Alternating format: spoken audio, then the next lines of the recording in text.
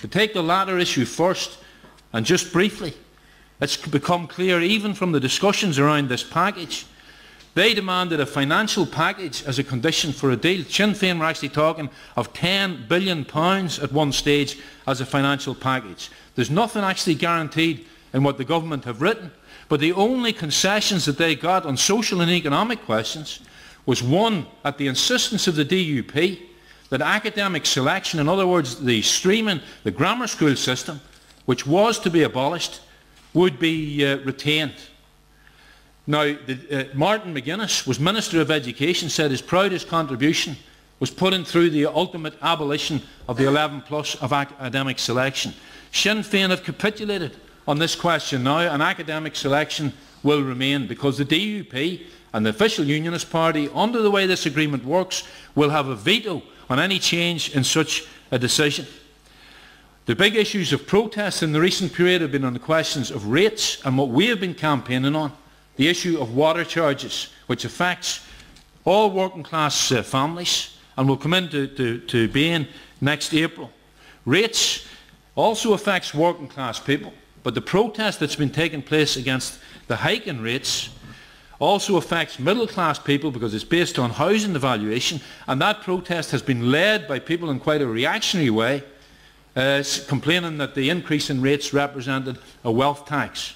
These are the people who have been putting pressure on the politicians, and the only economic concession that's actually written in the documentation produced by the British and Irish government is an agreement that if they go ahead with this, a cap will be put on rates. In other words, for the well-off, the rate increases will be abolished. If they have the same amount of spending and money to raise, that means that that will be redistributed on less well-off people and on working-class families.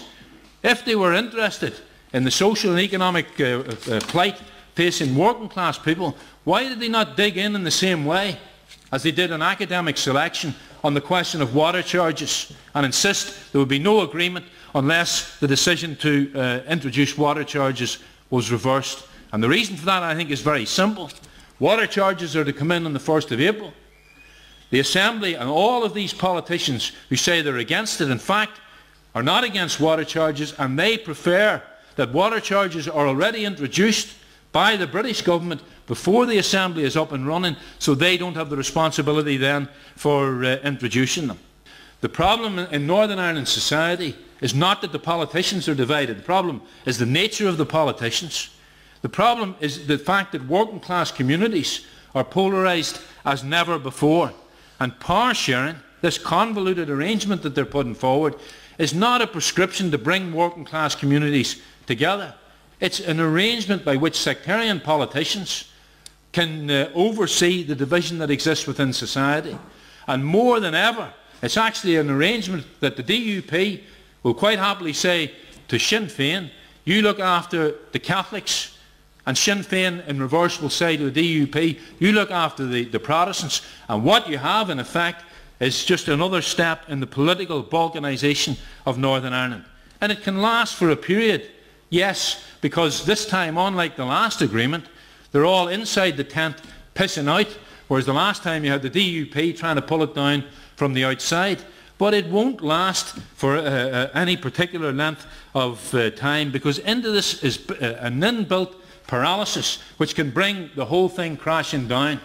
You have a system of cross-community voting, and on decisive issues, now on a change from the procedure that existed in the past Assembly, members from one side or the other on the executive can demand on issues a cross-community vote.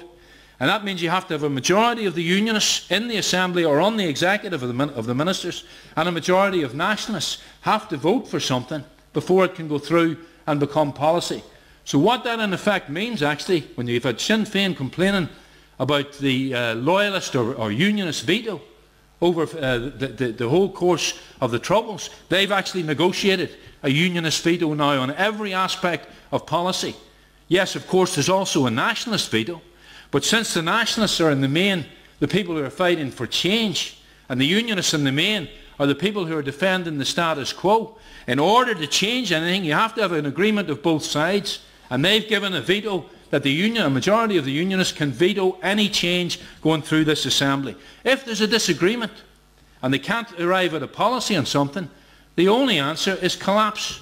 And it's not hard to see on policing, on the policing of a parade, on any of the contentious issues that arise day and daily in the north, how disagreements of that nature will come about, and this will come crashing down. Then they've removed, if they do remove the power of the British government to suspend the Assembly, which was a safety valve in the past, the only solution is an election.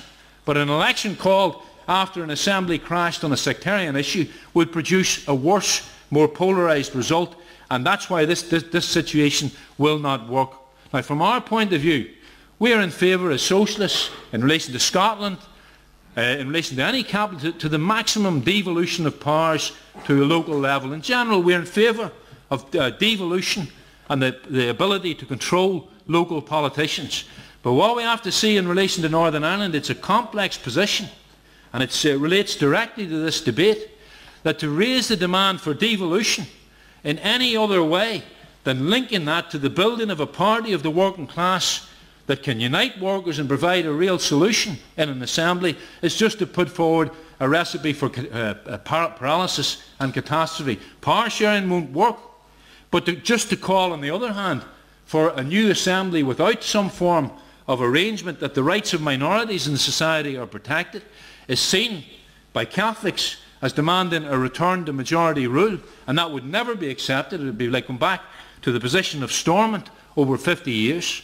And therefore, whatever prescription you put forward for devolution, unless it's linked to the question of the building of a party of the working class and the possibility of that party developing as a mass force to change the situation in the north, is a recipe ultimately for failure. And incidentally, one of the most ridiculous aspects of this agreement and of a power sharing arrangement as a whole, if a party of the working class was built under this arrangement, and if it got, for example, 80% or 90% of the seats in an assembly, the government under this agreement would have to be formed by the other 10%, because the government has got to be made up of nationalists and unionists, and a socialist, a working class party is not going to label itself nationalist or unionist. It's a completely unworkable and actually undemocratic position that has been implemented. We are in favour, as the comrades are in the south and internationally, of an initiative at the appropriate time to develop a new party of the working class. But in Northern Ireland particularly, that will take events and struggles where working class people move into action and then see the need concretely to take political action against the parties that are there. There will be an election probably in March if this goes ahead. We will be in favour of intervening, of left candidates standing in that election, and we will consider putting up candidates in the election. But I don't think a broad initiative for a new party will come before the election.